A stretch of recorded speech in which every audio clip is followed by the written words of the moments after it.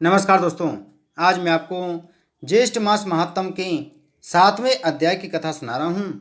ऋषि कहने लगे कि हे स्कंद जी, आगे ज्येष्ठ मास का महात्म और भी कहिए, क्योंकि इसके सुनने मात्र से ही मनुष्य सब पापों से मुक्त हो जाता है।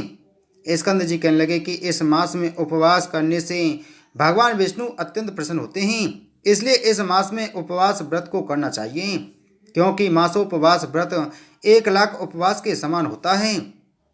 1 मास पर्यंत उपवास करना, प्रातः स्नान करना, जितेंद्रिय रहना अथवा कंद मूल फल खाकर रहना, पृथ्वी पर शयन करना, किसी का बुरा न सोचना, नित्य शौच आचार से युक्त रहना, सत्य वचन बोलना और प्रसन्न रहना चाहिए। अथवा कृष्ण पक्ष के एकम से लेकर त्रयोदशी पर्यंत मद मोह आलस्य को त्याग कर व्रत करना चाहिए। पूजा स्थान में बैठकर व्रत करना चाहिए। त्रयोदशी के दिन मंगल स्नान करना चाहिए। पूजा स्थान में बैठकर पुण्य वाचन कर देवताओं का आदि वासन कर स्वर्ण चांदी तावा तथा मिट्टी का घट स्थापित करें। इसमें पंचरत्न डालकर घट पर विष्णु भगवान की प्रतिमा स्थापित करें। विष्णु भगवान की प्रतिमा शंख चक्र और गदा से युक्त हो। लक्ष्मी जी गरुड़ की स्वर्ण से युक्त प्रतिमा हो। अपने ग्रह सूत्र के अनुसार प्रथम ब्रह्मा आदि मंडल देवता की स्थापना करें। 4 द्वार से शोभित पुष्पों का मंडप बनावें।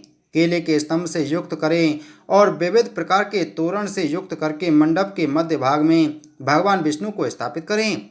अनेक उपचारों से पकवान, पायस, खांड और दही मिला भात, ऋतु के पुष्प, नारियल, फल, धूप, दीप, तांबूल और अन्य सुगंधित वस्तुओं से भगवान का पूजन करें।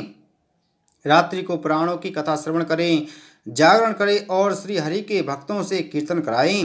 गीत वाद निर्घोष आवाज से आदि रात तक समय व्यतीत करें। प्रातःकाल होने पर नदी में स्नान करें। नित्य नियम करके ब्राह्मणों का अनुमोदन करके 5 ब्राह्मणों को ऋतुजों का वरण करें और उनका वस्त्र तथा आभूषण से पूजन करें।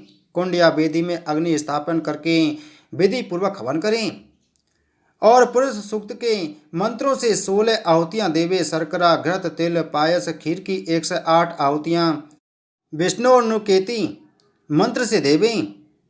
हवन के पश्चात पूर्ण आहुति कर शेष हवन को समाप्त करें। ऋषियों को दक्षिणा देकर गौओं का दान दें।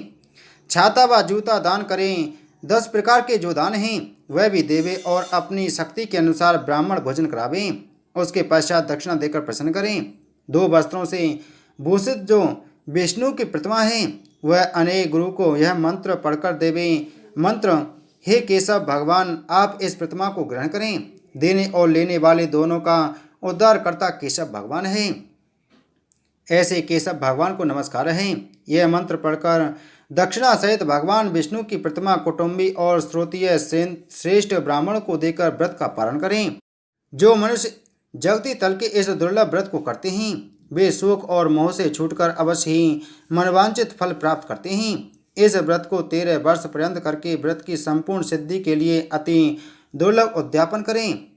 प्रथम सप्तनीक 13 ब्राह्मणों को निमंत्रण करके उनका वस्त्राभूषण से पूजन करें और 13 गौओं का दान करें, जो कि वस्त्र, आभूषण और वस्त्रों से युक्त हों, बलवान और बहुत दूध देने वाली हों। गौओं के साथ यथाशक्ति दक्षिणा देकर ब्राह्मणों को भूयसी दक्षिणा देवें। अपनी प्रति के अनुसार पूर्वोक्ति हवन आदि कर्म करें। श्रेष्ठ विष्णु के व्रत में किसी प्रकार की कंजूसी ना करें। यथाशक्ति जो कुछ भी किया जाता है वह सब सफल होता है और जो दंभिक अथवा सठ है उनका सब किया हुआ निष्फल चला जाता है। इसलिए सभी उपायों से अपनी शक्ति के अनुसार श्री विष्णु भगवान का पूजन करना चाहिए। इति श्री ज्येष्ठ मास महात्म 7वां अध्याय संपूर्ण। बोलो विष्णु भगवान की जय।